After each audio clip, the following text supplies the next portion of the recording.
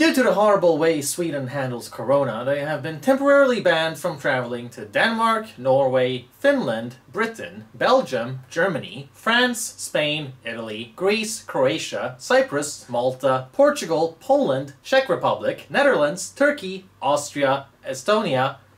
Is that it? I thought more countries would care about their public safety than this, but oh well, I'm sure you'll get there in time. Hi everyone, I am Sweden's unofficial tour guide, and today we're gonna engage in some cultural studies. Now, instead of self-reflection after being globally critiqued, all Swedish people can do is bitch about how they're being stigmatized. Oh, this is so unfair. This is just bullying and discrimination. No, it's common sense. Something our country has been struggling with for a very long time. A small group decided to hold a demonstration in Stockholm against our strategy. One sign saying, "My mother's death is not a step towards herd immunity." When Swedish people saw this, they literally spit at them, yelled at their idiots, laugh at them, and shout, "Go Sweden! Go Sweden!" These demonstrators lost loved ones and tried holding a silent minute for all the victims, but were interrupted by random Swedes mocking them. One of the activists said it was a horrible ordeal, completely disrespectful, and that Swedish people consider their face mask to be an insult. They perceive it as a criticism of the Swedish lifestyle, refusing to acknowledge they're in the midst of a disaster. And this is something I've noticed myself when I wear my face mask outside. People look at you like you're a freak. And as usual with touchy subjects, I have to read about this in foreign media. Norwegian media, because Swedish media isn't willing to report on it. So yeah, maybe it is a good idea to keep these aggressive bug chasers out of your countries. But living here for so many years, I've certainly noticed Swedes have a tendency towards cultural narcissism. Also, they think the definition of empathy is paying taxes. One crucial aspect to Swedish culture is state worship, and understanding how inexplicably dorky this makes them. For example, Anders Tegnell is to Swedish people what Elon Musk is to the internet.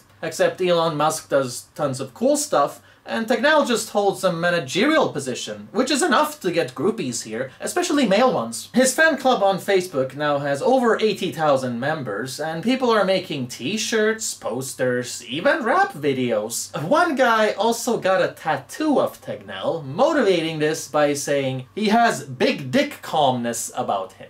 At this point, I feel it's appropriate to mention this article from a major newspaper here. Shaved legs and short shorts. We are witnessing a new male ideal taking place in Sweden. Yeah, Swedish men are just one step away from waxing their assholes, so there's certainly something happening in Sweden. When asked about the growing list of casualties, the Metro who got a tattoo of Tegnell says, "Yeah, bad luck, I guess. It sounds harsh, but I would rather be free and have it like Sweden than in someplace like Poland."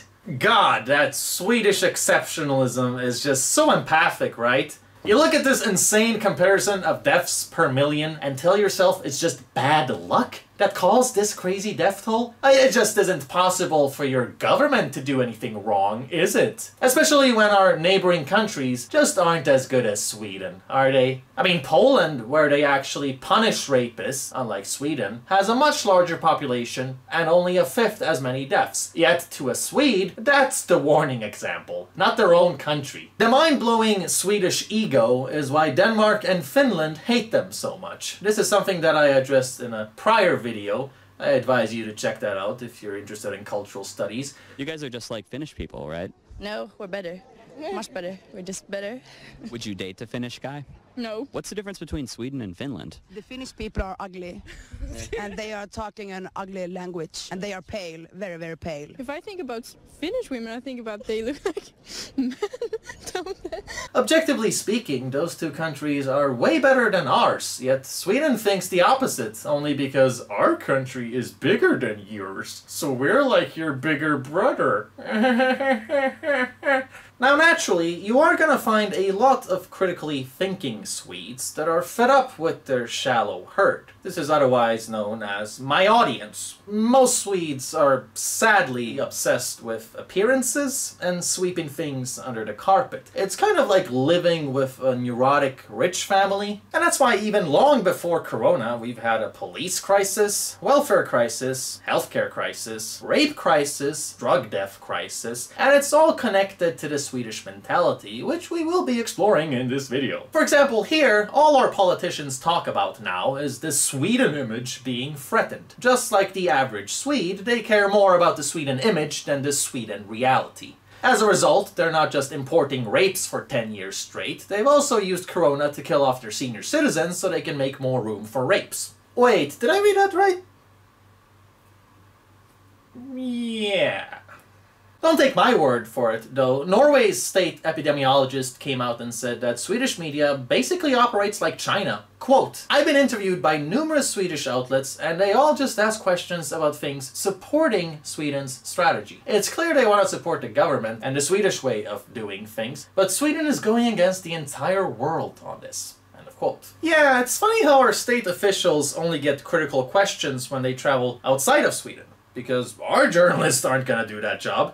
For example, when our foreign minister got interviewed by German media recently, that caused some outrage on social media, because she couldn't stop lying. It is not just our elderly homes that are affected. There is no mass testing going on, like she said. Swedes are not following any rules about social distancing, and you can absolutely not blame this on private businesses, given more deaths took place in your state-owned ones. The over-emotional way she reacted during this interview really shows how she's not used to getting genuinely critical questions. And back home in Sweden, immediately, she was allowed to get away with blowing everyone's critique off by just saying, "I guess people aren't used to a woman speaking up." It's a similar thing with Tegnell. That whistleblower doctor I interviewed a while back, along with a few citizen journalists, tried asking Tegnell about our oxygen gas scandal. But he refused to answer and fled the scene. It's just pathetic. The first time someone asks Tegnell a critical question, he just panics. It's insane how a person with this level of responsibility has been coddled by our media, because our journalists care more about image than saving lives. Going back to the interview with our socialist foreign minister, understandably people are calling out her lies in the comment section. It's quite the delightful read, to be honest. But even here, you will find insanity if you look close enough. To all non-Swedes out there, we never elected this garbage. Elections mean nothing under our regime. Oh, you mean the regime that Swedish people happily voted for? Most normal Swedish men hate this clown government. No, they don't.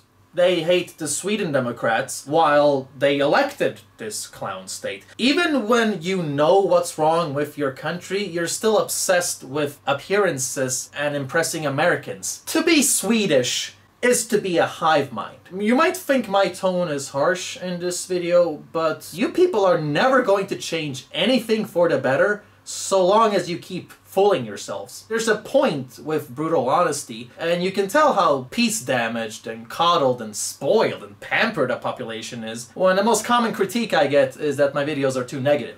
As if social criticism is supposed to be an advertisement agency? Why would I do affirmative action quotas of positive things about Sweden when we're talking about serious issues that need to be fixed? Does it make any sense to start talking about our awesome recycling system when we're discussing, I don't know, a rape crisis?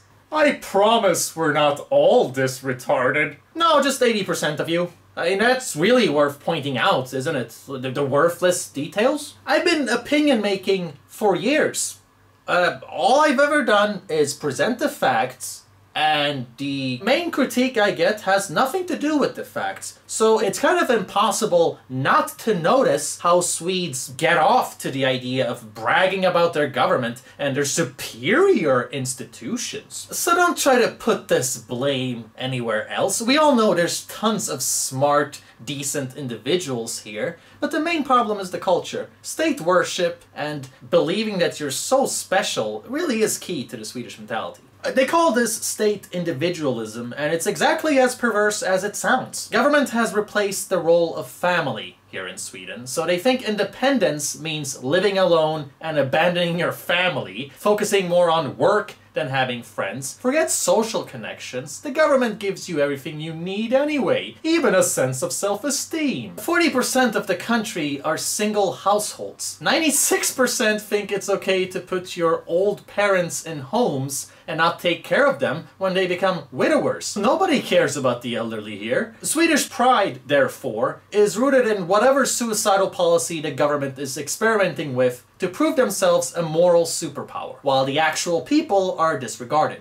Because Swedish patriotism comes from worshipping authority, not caring about your people and your nation. As a German, you can love Germany but hate Hitler. Russians can love their heritage but hate Putin. Swedes, on the other hand, hate other Swedes for being heteronormative privileged cis scum while loving whoever the prime minister is. One of the ugliest things you can call yourself in Sweden is a nationalist, yet the same people who think that are the biggest nationalists, the worst nationalists, because their idea of taking pride in your country means denying your culture while bragging about your government, considering yourself a global ideal that everyone else needs to take after, despite the constant banter about structural racism in our society. It's very confused, it's very chaotic, and it makes Putin very, very wet. Most importantly, their self-image is based on the idea that their country is always better than everyone else's, rather than individual actions. And therein, we find a highly destructive, paradoxical, self-centered attitude. Our majority voted for these policies. During this entire time, most Swedes have been more concerned about the economy than old people's health. And so the absolute majority have supported both the government and the agency responsible for this strategy, talking about how important the economy is, while literally spitting on anyone who's critical. I have covered this extensively in numerous videos. You can't argue against the facts. 2,000 doctors tried protesting our strategy, and the only way they were given a voice is through foreign media, because Sweden's establishment weren't interested. A dozen highly competent experts tried warning people as well, but they just got dismissed as a shame for our fine nation by this Aryan-looking douchebag that has Camp Guard written all over him. I've even noticed this personally. Every time I've tried talking about this, a large portion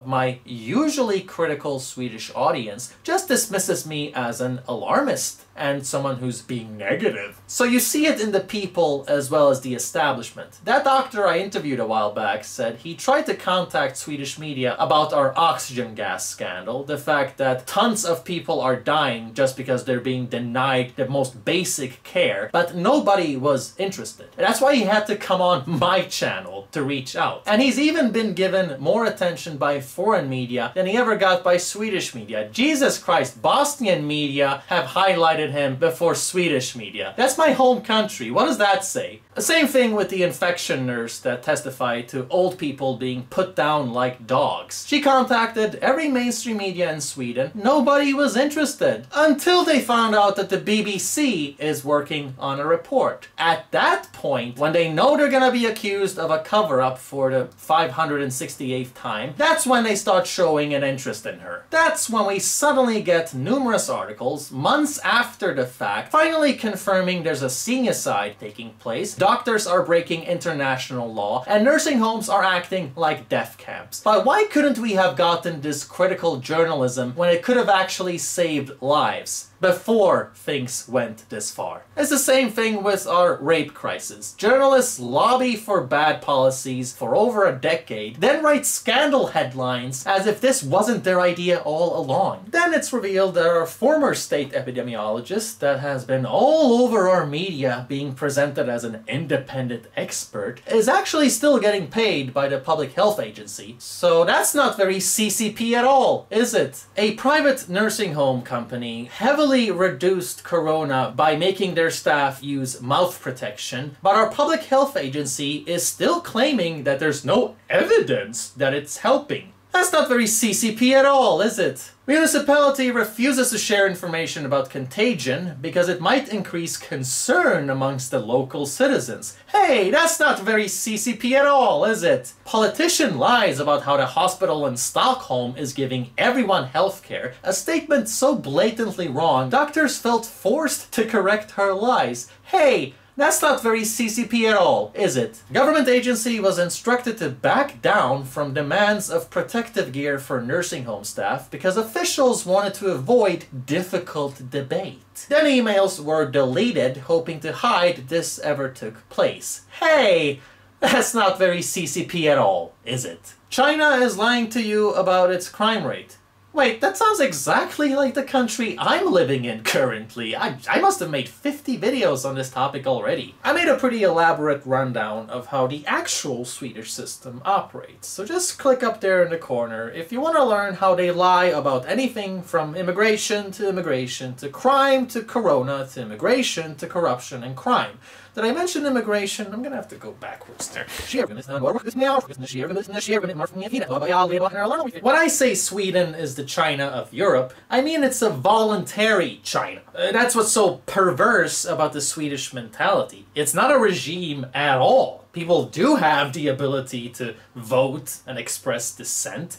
They just get off to the idea of not doing it, and they sincerely enjoy bullying the few who do. Trust me, I've tried saving these people for years. So that's what's truly sick about this country. The politicians are the same kind of crooked stereotype that you find in any country, anywhere else. That's nothing new. What's truly amazing is how twisted most people are. The culture of state worship and conformity is the real problem here, and it's so typically Swedish to lack the self-distance to be able to see that. You call it Swedish exceptionalism, but you fail to see what you're so exceptional at. The few real individuals in this country are worth their weight in gold, and they certainly provoke positive change, whether they are aware of it or not. These Swedes don't care what labels you put on them. They're not bitching about unfair generalizations. They're not obsessed with what other countries think of us. They are just living their lives as outspoken critics at every turn, willing to stand up for the little guy. And they typically don't get very popular here, but clearly there's way more important things than being popular. It would just be so typical for this whole country, once this entire pandemic crisis is over, to just pretend like none of this ever happened. Like there was never any general support for the disaster that took place, and just engage in the same old historical revisionism as usual.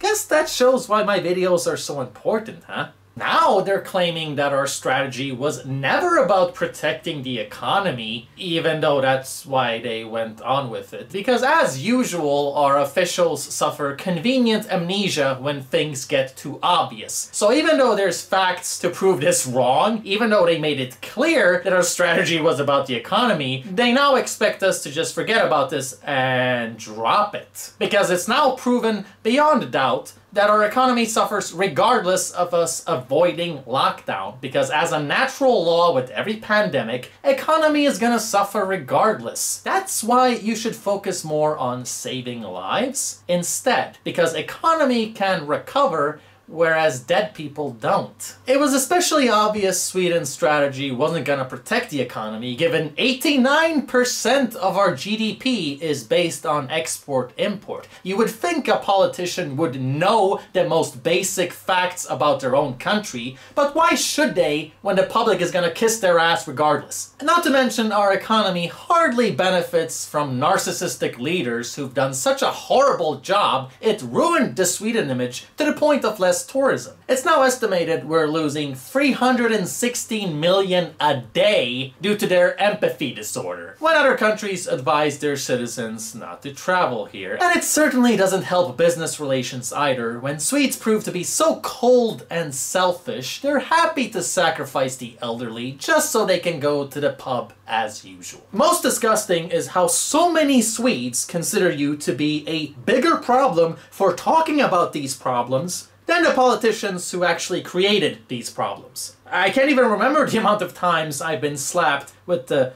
Russian spy allegation, which is pretty offensive for a Bosniak. Why don't you just read up on your history there, Sven? That's what I mean when I say that this is the China of Europe. The public genuinely expects you to die for the collective, and freedom of speech It's mostly a piece of paper here. In practice, they expect you to get gang raped or have your grandma killed at a nursing home and then shut up about it. Because image is so important here. Say anything bad and you're a Russian spy. All you have to do to improve the Sweden image is hold your politicians responsible, but that's the last thing a Swede would think of, isn't it? If the Sweden reality didn't consist of so many horrendous testimonies, the Sweden image would have never been affected poorly to begin with. But instead, you just kept importing rape and decided to add Sinjacide to the list. How did you think any of that was gonna help the Sweden image? Understandably, British standard ethics have now downgraded Sweden's rating after refusing to comply with basic EU health recommendations, endangering their own population as well as other nations in Europe. That's the official conclusion. But instead of self-critique, instead of considering anything other than their exceptionalism and Aryan superiority, Sweden is now set to create yet another government agency, a new State Department to deal with disinformation abroad, so we can protect our fine country against a bad reputation. To give examples of such disinformation, they bring up Trump being entirely correct about our migration issues and the fact that our eugenics strategy has caused global headlines. That's the Swedish idea of disinformation, the truth. So that's where my taxes are going. My taxes are spent on the government labeling me a thought criminal and working to put me out of a job because they don't want the world to know about their mistakes. I've made a video about Sweden's original Ministry of Truth, otherwise known as our Department of Social Protection, and it reveals a good job about how insane they are, yet it's one of the most highly trusted agencies in our country. Massive public support. This is one of the articles I highlighted back then. MSB concerns. In other countries, Sweden is associated with burning cars and not Pippi Longstocking. End of quote. And they're saying this while the amount of car fires have increased 300% over the past 2 decades. Do you realize how insane this is? Swedish people seriously think that objective journalism counts as slander. They spend all this time warning people about Russia when they're exactly like Putin. Any negative attention and you're considered a problem, comrade.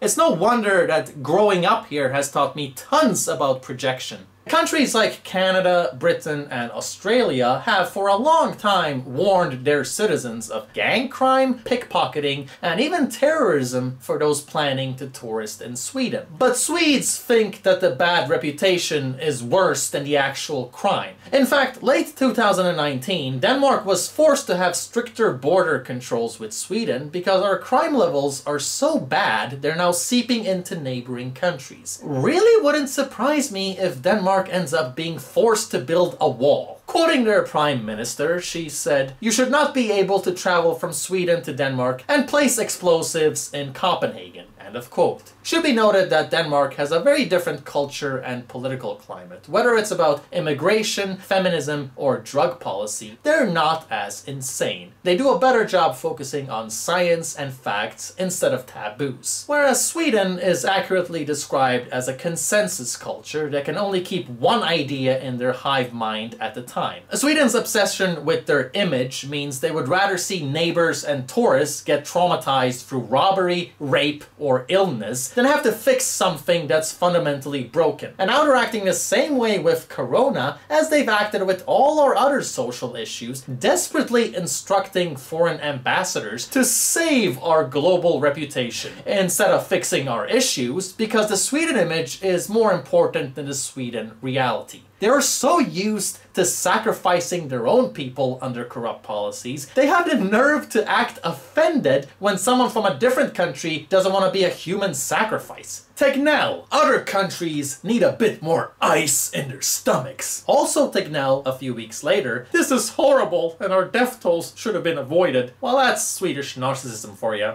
You ever see The Wrestler? Mickey Rourke? Fantastic movie. One of my favorite actors. That's Sweden. Once upon a time, you were something great, and now you're a has-been snorting coke in a dirty bathroom, banging prostitutes, and neglecting your kids. What happened to you?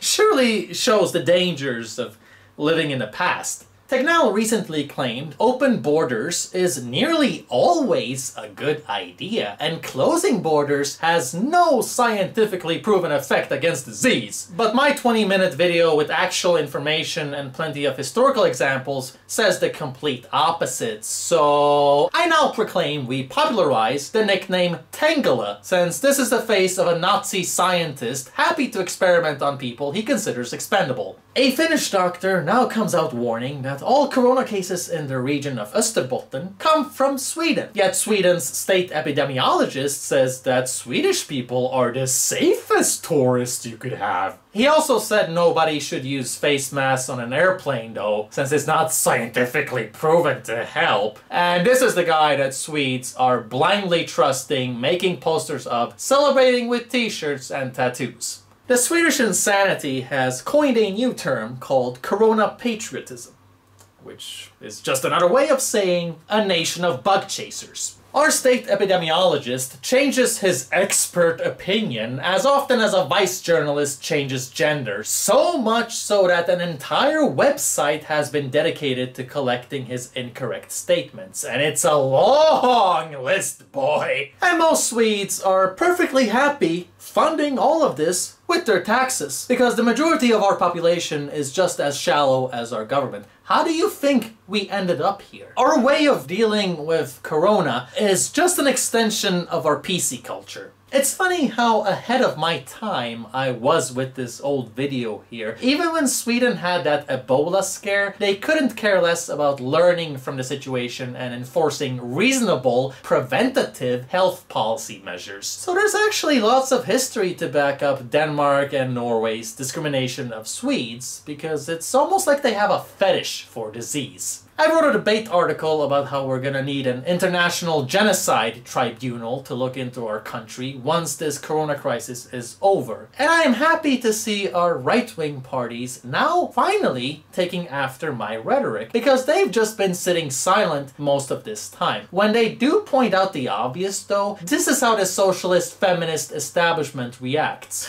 A highly unpleasant tone. Ugh, the right-wing have no boundaries. Not even during the Olof Palme years did anyone blame the government for consciously killing citizens. We have to think about our tone in the debate. Of course, the opposition should be able to oppose our policies, but you are destroying democracy when the tone is too rough and this amount of negativity is being presented. Yeah, the tone is the problem here, isn't it? You single-handedly created a bigger death toll than China, and now you think it's a bigger problem that someone is pointing that out than the actual problem? Doctors are even ordering death help by phone to COVID patients at nursing homes without informing loved ones. Article reads, Jan, 81, was given palliative care, only became healthy once his family found out by accident and put an end to it. So the exceptional Swedish healthcare model is killing people, while relatives intervening against that healthcare is saving people. Interesting. So this is how our politicians can lie shamelessly to the public. 90% of our deaths are nursing home patients that were never even taken to the hospital. Because that's the only way Swedes can brag about their top quality healthcare, by not letting anyone who's actually sick get near it. That way you can maintain that precious Sweden image, only it backfired on you because the internet exists and whistleblowers went to other countries' media. It's also typically social democrat to always claim democracy is being devaluated when they get criticism, because in Sweden, democracy means government, not democracy. Not society and the people that make out democracy. It was so sad to see the populists now spreading their poison at any cost, creating worry, uncertainty, and undermining our political stability in a time where we need collective responsibility. Shut up, Karen. You know what causes concern? trying to infect as many people as possible so you can eventually make room for more migrants. That's what causes concern and political instability. Your stereotypically socialist psychopathy. This Karen talks about the importance of having a manager, but she's not really interested in the manager. She doesn't care about the manager, so is she a real Karen? Well, the haircut says yes, and the slimy attitude says yes, but the complete lack of interest in management says no. So I don't know, let's do some research. A Karen's defining characteristics are entitlement, selfishness, and a desire to complain. A Karen demands the world exists according to her standards with little regard for others, and she is willing to risk or demean others to achieve her ends. Well, that just sealed the deal. She considers human lives to be expendable and cares about nothing other than her own power, which she uses to promote the slaughtering of old people. So this is one of those rare instances where Karen is the management, at which point you have shit management. I hope that will be a lesson to anyone considering Sweden to be an ideal with anything, and I thank you for watching this far. Don't forget to check out my second channel, where you'll now find every other upload that I make, and I hope you're all keeping safe out there.